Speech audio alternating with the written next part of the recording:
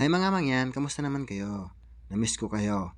So, agang-aga nga namin jumutin Idol Billy Jumito. Siya nga pala ang partner ko kapag duty sa umaga mula alas 9 ng umaga hanggang alas 12:30 ng tanghali. So, bago nga kami mag-umpisa sa pagbubulaklak, kailangan namin maglinis ng shop. Dinidiligan mo namin ang aming mga halaman at pangpapalamuti, pampaganda sa shop na to. Kailangan laging alagang-alaga at dinidiligan para hindi mamatay ang aming mga halaman. So, fast forward na nga tayo mga kamangyan. Kami nga pala muna pupunta muna sa Dunkin Donuts after na aming work nga pala mga kamangyan. Kasi nga, bibili nga si Idol Billy ng pangregalo niya sa aming kahira na si Asjan. Ito lang kasi ang naisip ni Idol Billy na ipangregalo sa aming kahira na Sudanis na magandang babae. Sabi ko nga sa kanya, Dunkin Donuts na iregalo mo sa ating kahira. Total, importante ay mayroon kang naibigay sa kanya sa kanyang birthday.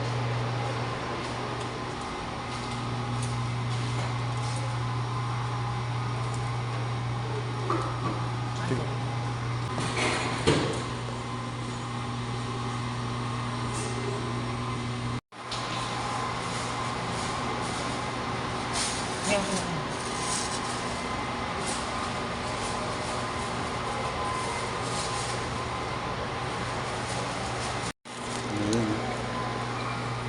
Wow.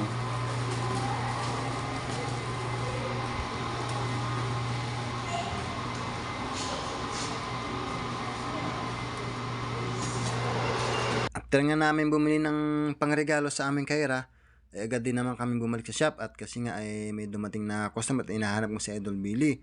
Kami saglit lang naman umalis. At nagpaalam naman kami sa model. At samahan nyo kami mga kamangyan at babalik na tayo sa ating shop. Grabe, napakainit ngayon mga kamangyan. Sus mio, marimar. Mangingitim si Mangyan. Alam niyo naman si Mangyan, di sanay sa init. Alam niyo naman si Mangyan ay lumaki. Laging naka-aircon. Nako, magagalit si mami si daddy nito. At napakaganda talaga ng lugar na ito mga kamangyan. Ito, nakikita nyo ba yung nakikita ko? Grabe, nagtataas ang mga building kasi nga wala sa probinsya namin yan. Pagkatapos nga yung lahat mag-alas 4 na nga ng umaga, kaya naman pa namin ang ulit. Tinawagan ko na nga yung mga dito agad. Yung mga kamahit, nandito na nga tayo siya at pagdating namin dito ni Idol, wala na pala yung customer at nainip at umalis na. Ang ginawa nga niya, nag-edit na lamang at pinakinggan ko nga at pinapanood ko nga siya paano siya mag-edit. Napakabilis at napakagaling niya. Mag-voice over talagang iba talaga si Idol Billy Jumito kaya hindi nakakapagtaka kung maabot siya ng 300,000 sa kanyang mga followers. Fast forward na tayo mga kamay at out na tayo sa trabaho at nang babalik na nga ako at nagmamadaling ako pauwi sa bahay. Naalala ko kasi wala na pala kaming tubig sa bahay at pagdating ko nga dito sa bahay, nagsombrero lang ako at naglakad na nga ako papunta sa tindahan. Kasi nga wala na kaming inumin ngayon at hindi pa ako nakakapagsain ako. Naalala ko nga pala si Commander nga pala ipauwi na ng bahay. Ako magagalit na naman yun pag di ako nakakapagsain kasi nga mabilis siyang magutom. Nandito na nga tayo sa family store at tubig nga lang pala ang bibiling ko. Piling ko napakarami kong bibili. Naalala ko nga pala 6 real nga lang pala ang laman nga pala ng wallet ko. Wala na nga pala akong pera.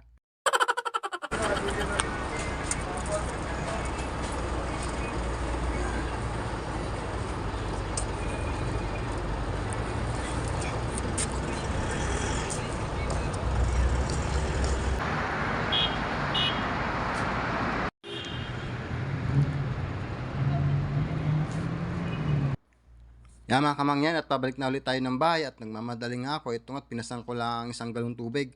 Grabe napakabigat. Sumakit ang bangs ko. Yun at pagdating ko nga dito mga kamangyan dito sa bahay, agad-agad ko nilabas agad yung 2 pirasong manok. Bababad ko nga muna sa tubig.